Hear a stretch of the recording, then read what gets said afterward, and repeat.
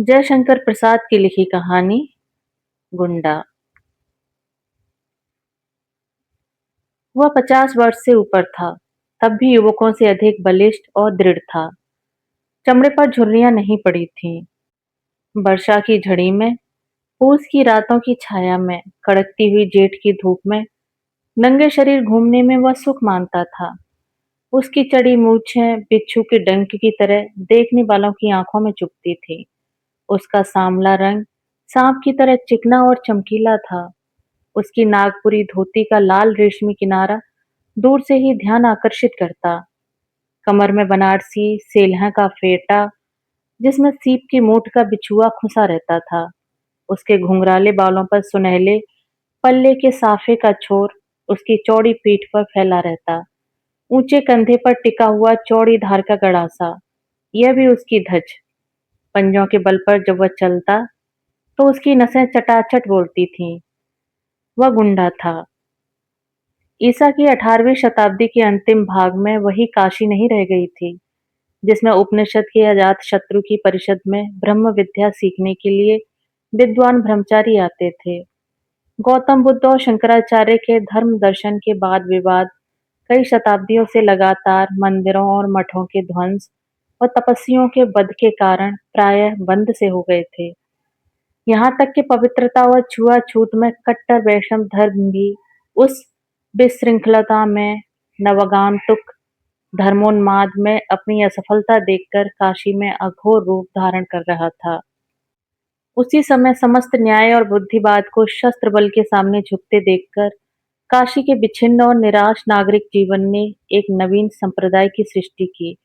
वीरता जिसका धर्म था, अपनी बात पर मिटना, सिंह वृत्ति से जीविका ग्रहण करना, प्राण भिक्षा मांगने वाले कायरों तथा चोट खाकर गिरे हुए प्रतिद्वंदी पर शस्त्र न उठाना, सताए निर्बलों को सहायता देना और प्रत्येक क्षण प्राणों को हथेली पर लिए घूमना उसका बाना था। उन्हें लोग काशी में गुंडा कहते थे। जीवन की किसी अलभ्य अभिलाषा से वंचित होकर जैसे लोग प्रायः विरक्त हो जाते हैं, ठीक उसी तरह किसी मानसिक चोट से घायल होकर एक प्रतिष्ठित जमींदार का पुत्र होने पर भी ननकू सिंह गुंडा हो गया था। दोनों हाथों से उसने अपनी संपत्ति लुटाई। ननकू सिंह ने बहुत सा रुपया खर्च करके जैसा स्वांग खेला था, उसे काशी वाले बहुत दिनों तक नहीं भूल सके। बसंत ऋतु में यह प्रहसनपूर्ण अभिनय खेलने के लिए उन दिनों प्रचुर धन, बल, निर्भीकता की आवश्यकता होती थी।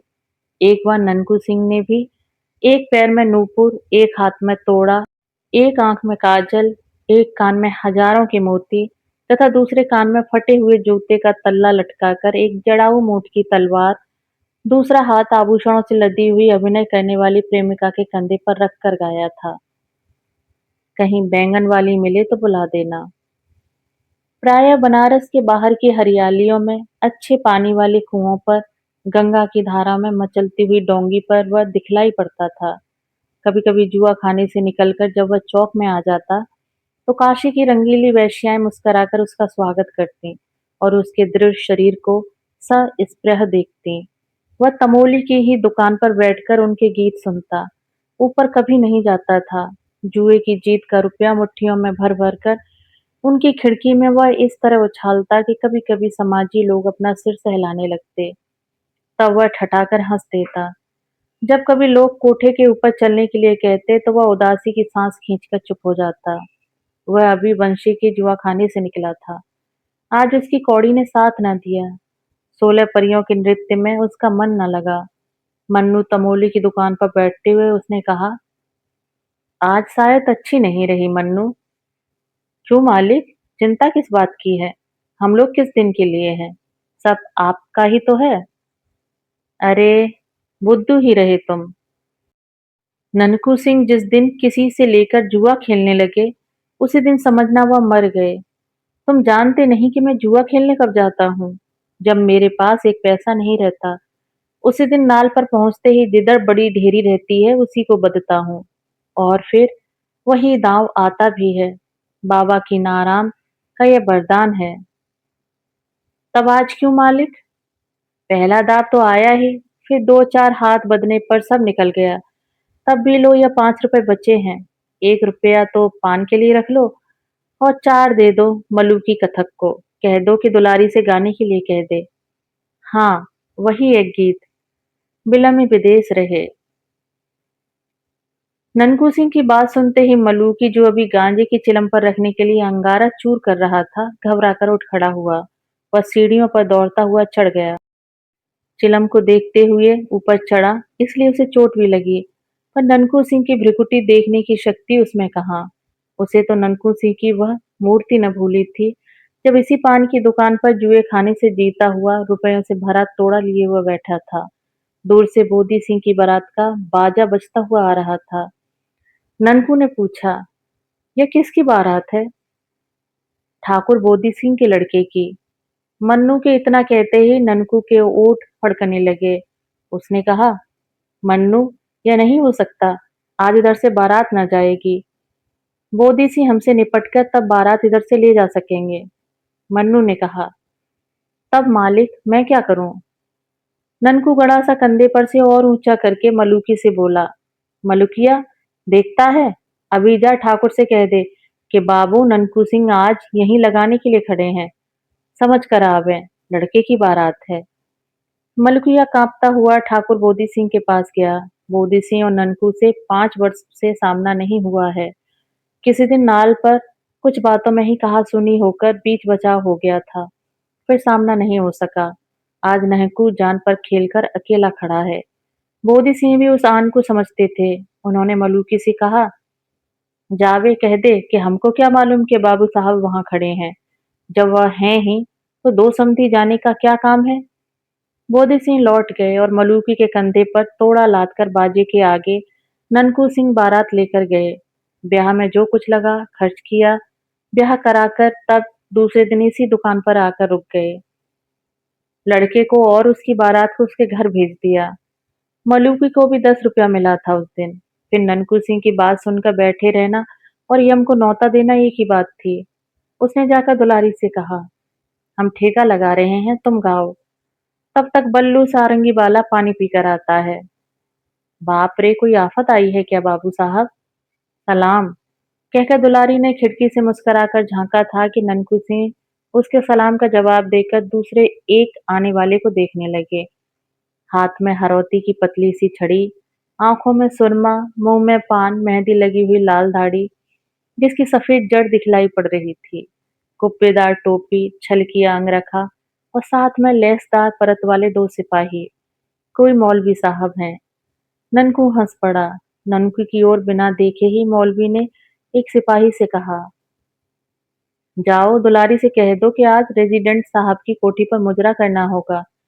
अभी चले, देखो तब तक हम जान अली से कुछ इत्र ले रहे हैं।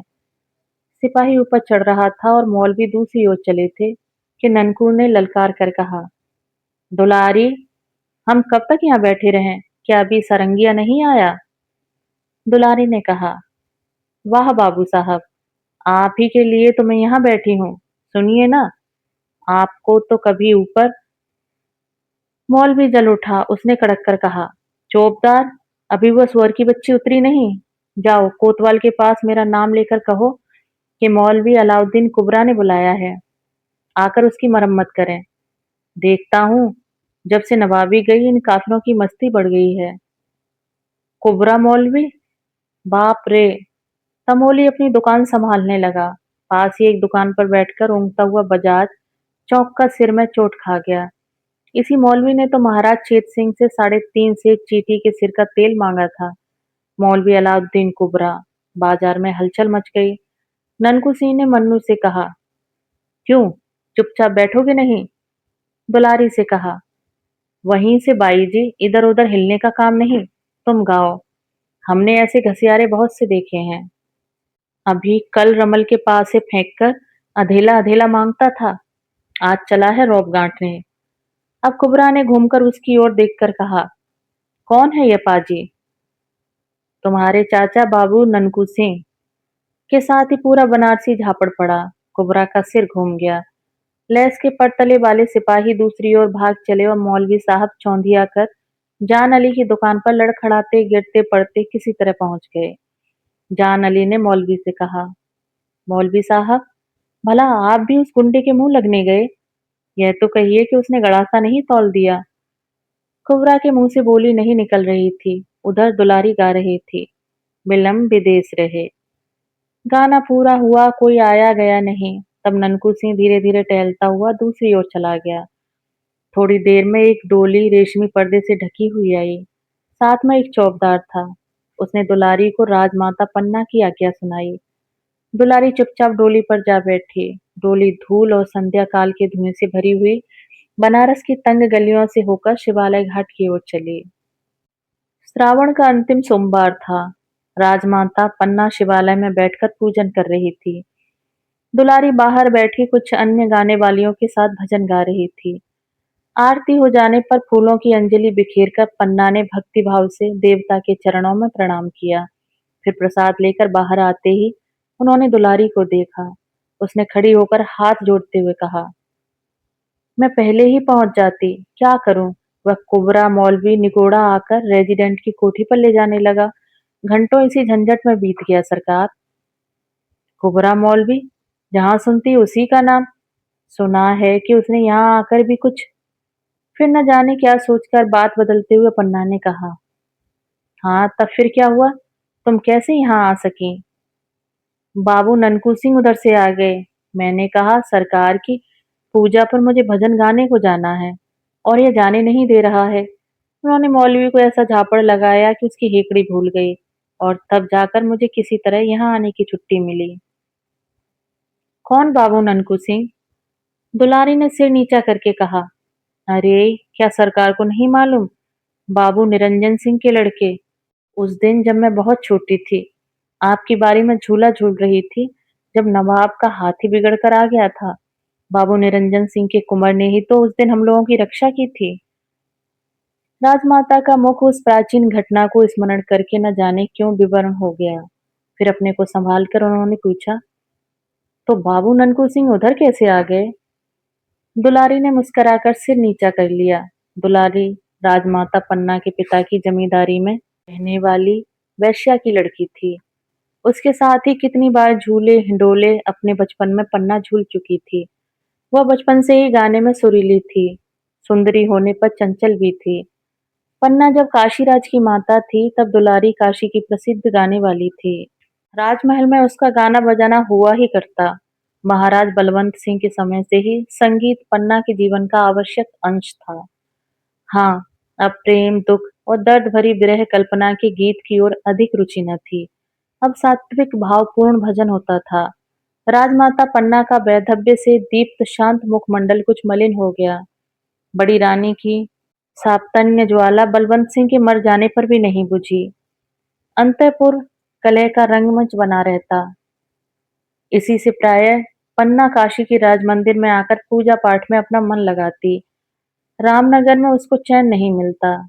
नई रानी होने के कारण बलवंत सिंह की प्रेयसी होने का गौरव तो उसे था ही, साथ में पुत्र उत्पन्न करने का सौभाग्य भी मिला। फिर भी असवर्णता का सामाजिक दोष उसके हृदय को व्यथित किया करता। उसे अपने ब्याह की आरंभिक चर्चा का स्मरण हो आया। छोटे से मंच पर बैठी गंगा की उमड़ती हुई धारा को पन्ना अन्यमनस्क होकर देखने लगी। उस बात को जो अतीत में एक बार हाथ से अनजाने में खिसक जाने वाली वस्तु की तरह गुप्त हो गई हो। सोचने का कोई कारण नहीं, उससे कुछ बनता बिगड़ता भी नहीं, परंतु मानव स्वभाव हिसाब रखने की प्रथानुसार कभी-कभी कहीं बैठता है कि यदि वह बात हो गई होती तो। ठीक उसी तरह पन्ना भी राजा बलवंत सिंह द्वारा बलपूर्वक रानी बनाए जाने के पहले की एक संभावना को सोचने लगी थी। सो भी बाबू ननकू सिंह का नाम सुन लेने पर गेंदा मुंह लगी दासी थी। वह पन्ना के साथ उसी दिन से है जिस दिन से पन्ना बलवंत सिंह की प्रेयसी हुई। राज्य भर का अनुसंधान उसी के द्वारा मिला करता और उसे न जाने कितनी जानकारी भी थी। उसने दुलारी का रंग उखाड़ने के लिए कुछ कहना आवश्यक समझा। महारानी, ननकू सिंह अपनी सब जमींदारी, स्वांग, भैंसों की लड़ाई, घुड़दौड़ और गाने बजाने में उड़ाकर अब डाकू हो गया है। जितने खून होते हैं सब में उसी का हाथ रहता है। जितनी उसे रोककर दुलारी ने कहा, यह झूठ है।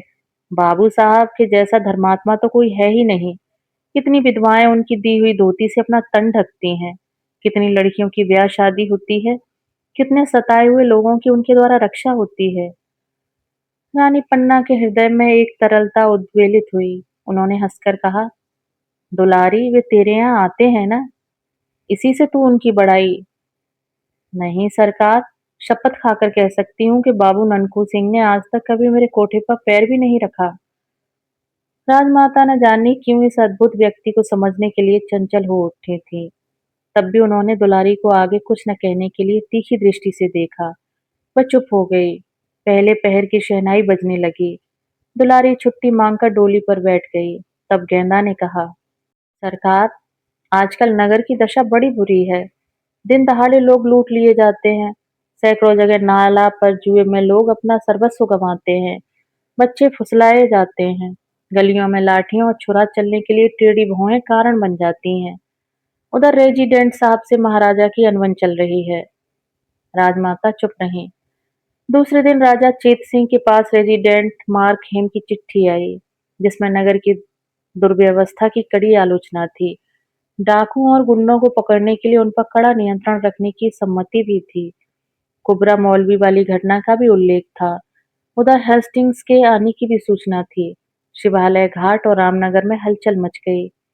कोतवाल हिम्मत सिंह पागल की तरह, जिसके हाथ में लाठी, लोहांगी, गड़ासा, बिछुआ और करौली देखते उसी को पकड़ने लगे। एक दिन ननकू सिंह सुंभा के नाले के संगम पर ऊंचे से टीले की घनी हरियाली में अपने चुने हुए साथियों के साथ दूधिया छान रहे थे। गंगा में उनकी पतली डोंगी बड़की जटा से बंधी थी। कथकों का गाना हो रहा था। चारों लांग की इक्के कसे कसाए खड़े थे। ननकू सिंह ने अकस्मात कहा, मलूकी, गाना जमता नहीं है। उलांकी पर बैठ कर जाओ। दुलारी को बुला लाओ। मलूकी वहां मजीरा बजा रहा था। दौड़कर इक्के पर जा बैठा। आज ननकू सिंह का मन उखड़ा था। बूटी कई बार छानने पर भी नशा नहीं। 1 घंटे में दुलारी सामने आ गई। उसने मुस्कुराकर कहा, क्या हुक्म है बाबू साहब? दुलारी, आज गाना सुनने का मन कर रहा है। इस जंगल में? क्यों? उसने सशंक हंसकर कुछ अभिप्राय से पूछा। तुम किसी तरह का खटका न करो। ननकू सिंह ने हंसकर कहा, यह तो मैं उस दिन महारानी से भी कह आई हूँ। क्या? किससे? राजमाता पन्ना देवी से। फिर उस दिन गाना नहीं जमा।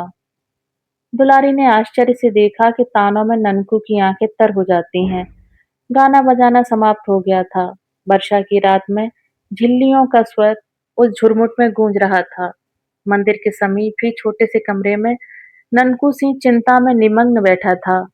आंखों में नींद नहीं, और सब लोग तो सोने लगे थे। दुलारी जाग रही थी। वह भी कुछ सोच रही थी। आज उसे अपने को रोकने के लिए कठिन प्रयत्न करना पड़ रहा था, किंतु असफल होकर वह उठी और ननकू के समीप धीरे धीरे चली आई। कुछ आहट पाते ही चौंक कर ननकू सिंह के पास ही पड़ी हुई तलवार उठा ली। तब तक हंसकर दुलारी ने कहा, बाबू साहब, यह क्या? स्त्रियों पर भी तलवार चलाई जाती है? छोटे से दीपक के प्रकाश में वासना भरी रमणी का मुख देखकर ननकू हंस पड़ा। उसने कहा, क्यों बाई जी, क्या इसी समय जाने की पड़ी है? मौलवी ने फिर बुलाया है? क्या? दुलारी ननकू के पास बैठ गई। ननकू ने कहा, क्या तुमको डर लग रहा है? नहीं, मैं कुछ पूछने आई हूँ। क्या? क्या? यही कि कभी तुम्हारे हृदय में? उसे न पूछो दुलारी। हृदय को बेकार ही समझकर तो उसे हाथ में लिए फिर रहा हूँ। कोई कुछ कर देता, कुचलता, चीरता, उछालता, मर जाने के लिए सब कुछ तो करता हूँ, पर मरने नहीं पाता। मरने के लिए भी तो कहीं खोजने जाना पड़ता है। आपको काशी का हाल क्या मालूम? न जाने घड़ी भर में क्या हो जाए। उलट पलट होने वाला है क्या? बनारस की गलियां जैसे काटने को दौड़ती हैं। कोई नई बात उधर हुई है क्या? कोई हेस्टिंग्स आया है। सुना है उसने शिवालय घाट पर तिलंगों की कंपनी का पहरा बैठा दिया है। राजा चेत सिंह और राजमाता पन्ना वही हैं। कोई कोई कहता है कि उनको पकड़कर कलकत्ता भेजने। क्या पन्ना भी? रनिवास भी वही है? ननकू अधीर हो उठा था। क्यों बाबू साहब, आज रानी पन्ना का नाम सुनकर आपकी आंखों में आंसू क्यों आ गए? सहसा ननकू का मुख भयानक हो उठा। उसने कहा, चुप रहो, तुम उसको जानकर क्या करोगी? वह उठ खड़ा हुआ, उद्विग्न की तरह न जाने क्या खोजने लगा।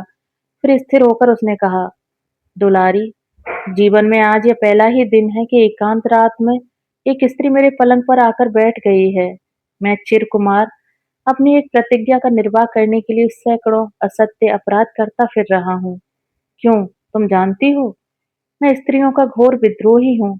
और पन्ना, किंतु उसका क्या अपराध? अत्याचारी बलवंत सिंह के कलेजे में बिछुआ मैं न उतार सका, किंतु पन्ना, उसे पकड़कर गोरे कलकत्ता भेज देंगे। वही ननकू सिंह उन्मत्त हो उठा था।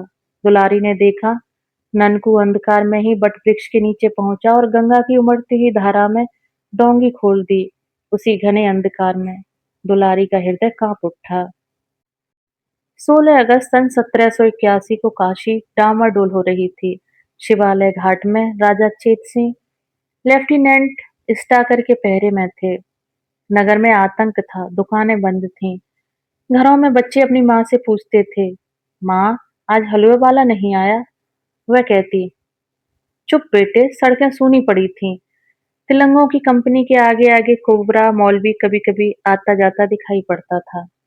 उस समय खुली हुई खिड़कियां बंद हो जाती थीं। भय और सन्नाटे का राज्य था।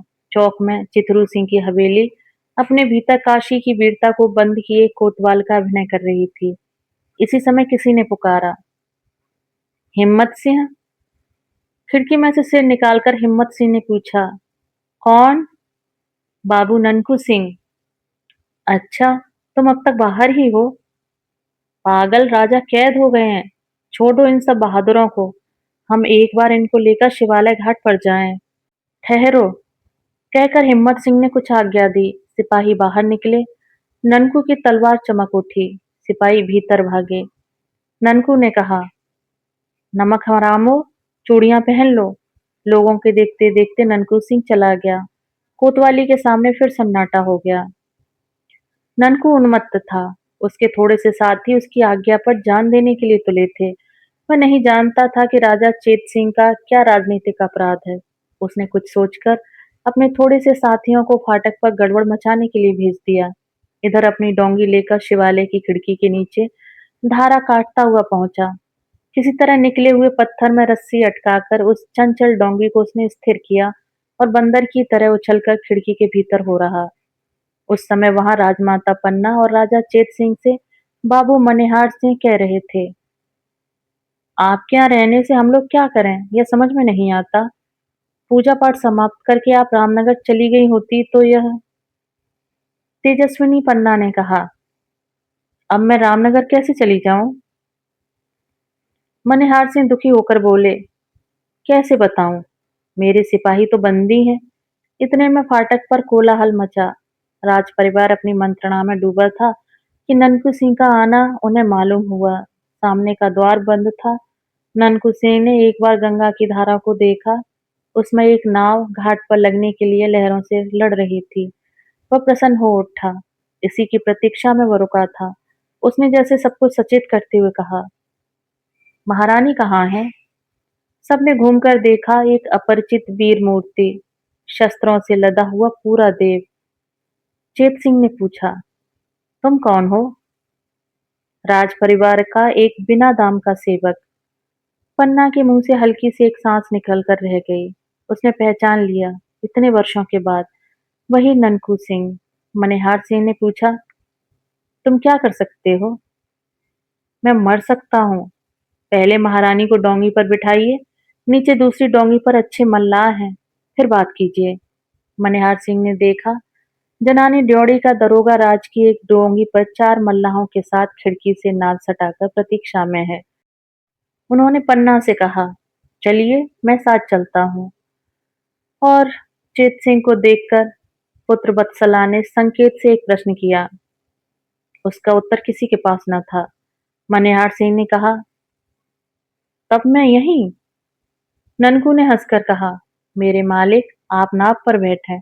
जब तक राजा भी नाव पर बैठ न जाएंगे, तब तक 17 गोली खाकर भी ननकू सिंह जीवित रहने की प्रतिज्ञा करता है। पन्ना ने ननकू को देखा। एक क्षण के लिए चारों आंखें मिली, जिनमें जन्म जन्म का विश्वास ज्योति की तरह जल रहा था। फाटक बलपूर्वक खोला जा रहा था। ननकू ने उन्मत्त होकर कहा, मालिक जल्दी कीजिए। दूसरे क्षण पन्ना डोंगी पर थी और ननकू सिंह फाटक पर स्टाकर के साथ। चेतराम ने आकर एक चिट्ठी मनिहार सिंह को हाथ में दी। लेफ्टिनेंट ने कहा, आपके आदमी गड़बड़ मचा रहे हैं। अब मैं अपने सिपाहियों को गोली चलाने से नहीं रोक सकता। मेरे सिपाही यहाँ कहाँ हैं साहब?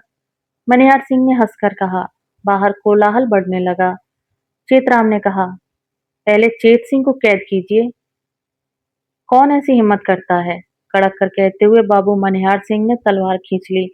अभी बात पूरी न हो सकी थी कि कुबरा मौलवी वहां पहुंचा। यहाँ मौलवी साहब की कलम नहीं चल सकती थी और न ये बाहर ही जा सकते थे। उन्होंने कहा, देखते क्या हो चेतराम। चेतराम ने राजा के ऊपर हाथ रखा ही था कि ननकू के सदे हुए हाथ ने उसकी भुजा उड़ा दी। स्टाकर आगे बढ़े। मौलवी साहब चिल्लाने लगे। ननकू सिंह ने देखते देखते स्टाकर और उसके कई साथियों को धराशायी किया। फिर मौलवी साहब कैसे बचते? ननकू सिंह ने कहा, क्यों? उस दिन के झापड़ ने तुमको समझाया नहीं? पाजी कहकर ऐसा साफ जनेवा मारा कि कुबरा ढेर हो गया। कुछ ही क्षणों में यह भीषण घटना हो गई, जिसके लिए अभी कोई प्रस्तुत न था।